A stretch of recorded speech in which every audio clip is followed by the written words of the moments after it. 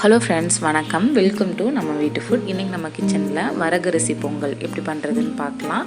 நான் இந்த பொங்கல் பண்ணுறதுக்கு 1 டம்ளர் அளவுக்கு வரகு அரிசி கூடவே 1/2 டம்ளர் அளவுக்கு பாசி பருப்பு எடுத்துகிட்டு நல்லா கழுவிட்டு ஊற வச்சுருக்கேன்.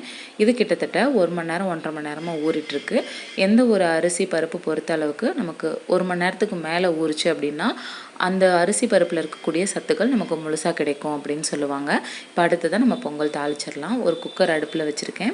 குக்கர் சூடானதும் நெய் சேர்த்துக்கலாம். உங்களுக்கு நெய் வேண்டாம் அப்படின்னிங்கன்னா சமையல் எண்ணெய் கூட சேர்த்து பண்ணலாம், டேஸ்ட் நல்லா தான் இருக்கும். இப்போ நான் ஒரு 2 ஸ்பூன் அளவுக்கு நெய் சேர்த்துக்கிறேன். நெய் சேர்த்துட்டு நல்லா உருகட்டும். அதுக்கப்புறமா நம்ம தாளிக்கிறதான பொருள் எல்லாமே சேர்த்துக்கலாம். இப்போ நெய் நல்லா உருகுனதும் நான் துருவி வச்சுருக்க இஞ்சி சேர்த்துக்கிறேன்.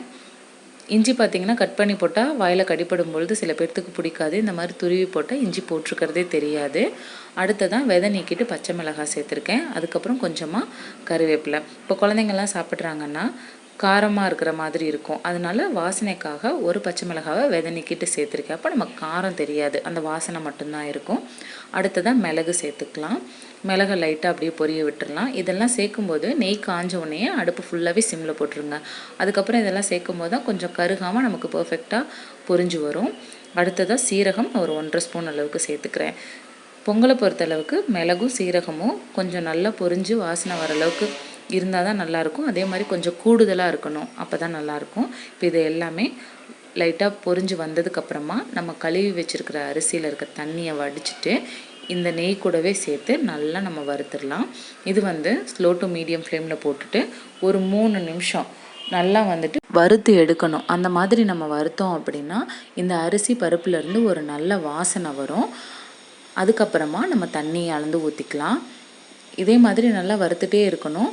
ஒரு கை விடாமல் அடிப்பிடிக்காமல் பார்த்துக்கோங்க. ஏற்கனவே அரிசி பருப்பு நீங்கள் தனித்தனியாக வறுத்து வச்சுருக்கீங்கனாலும் லைட்டாக அந்த நெய்யில் 1 நிமிஷத்தளவுக்கு மட்டுமாவது வறுத்துட்டு செய்யுங்க. இது ஏன் இப்படி செய்கிறோன்னு பார்த்தீங்கன்னா, இப்போது சாப்பிட்றதுக்கு கொஞ்சம் நேரம் ஆகுது அப்படின்னா அந்த தண்ணியெல்லாம் நல்லா வற்றி இருந்தாலும் அந்த சாஃப்ட்னஸ் குறையவே குறையாது. அதுக்காக தான் நம்ம இந்த ஸ்டெப் பண்ணுறோம். அதே மாதிரி டேஸ்ட்டும் அட்டகாசமாக இருக்கும். நம்ம நார்மலாக பச்சரிசி பொங்கல்லாம் செய்கிறோம்ல, புழுங்கல் அரிசி பொங்கல், அதே போல் தான் இதுவும் இருக்கும். இதுக்கு தண்ணி அளவுன்னு பார்த்திங்கன்னா நம்ம யூஸ்வலாக சாப்பாடு வைக்கிறதுக்கே 1 டம்ளர் அரிசிக்கு 3 டம்ளர் அளவுக்கு தண்ணி வைப்போம். இப்போது நம்ம தாராளமாக பொங்கலுங்கிறதுனால ஒரு 3.5 டம்ளர் அளவுக்கு தண்ணி சேர்த்துக்கலாம். 1 பங்கு அரிசிக்கு 3.5 பங்கு அளவு, 4 பங்கு அளவு கூட நம்ம தண்ணி சேர்த்துக்கலாம். இப்போ தண்ணி அளந்து ஊற்றிட்டு பொங்கலுக்கு தேவையான உப்பு சேர்த்துக்கலாம். சேர்த்துட்டு நல்லா கலந்துடலாம். இப்போ இது லாஸ்ட்டாக நம்ம கொதி வரும்ல, அந்தப்போ நம்ம உப்பு டேஸ்ட்டு பார்த்துட்டு அதுக்கப்புறமா நம்ம மூடி போட்டு மூடி வச்சிடலாம்.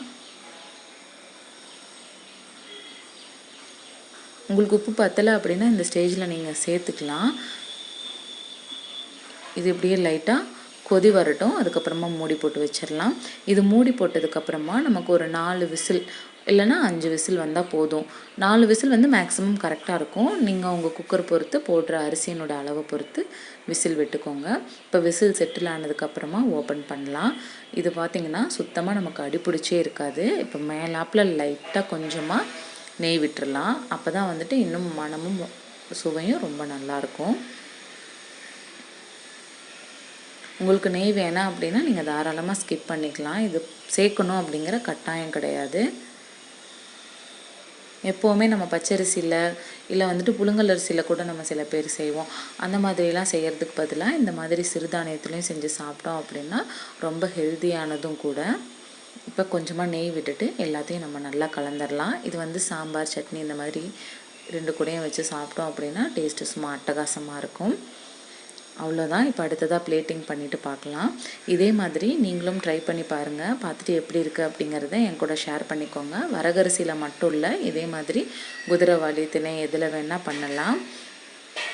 அவ்வளோதான் ஃப்ரெண்ட்ஸ். இந்த வீடியோ பிடிச்சிருந்தா வீடியோக்கு ஒரு லைக் கொடுங்க, கமெண்ட் பண்ணுங்கள், ஷேர் பண்ணுங்கள், சப்ஸ்கிரைப் பண்ணி பக்கத்தில் பெல் ஐக்கானை கிளிக் பண்ணிக்கோங்க. Thank you friends.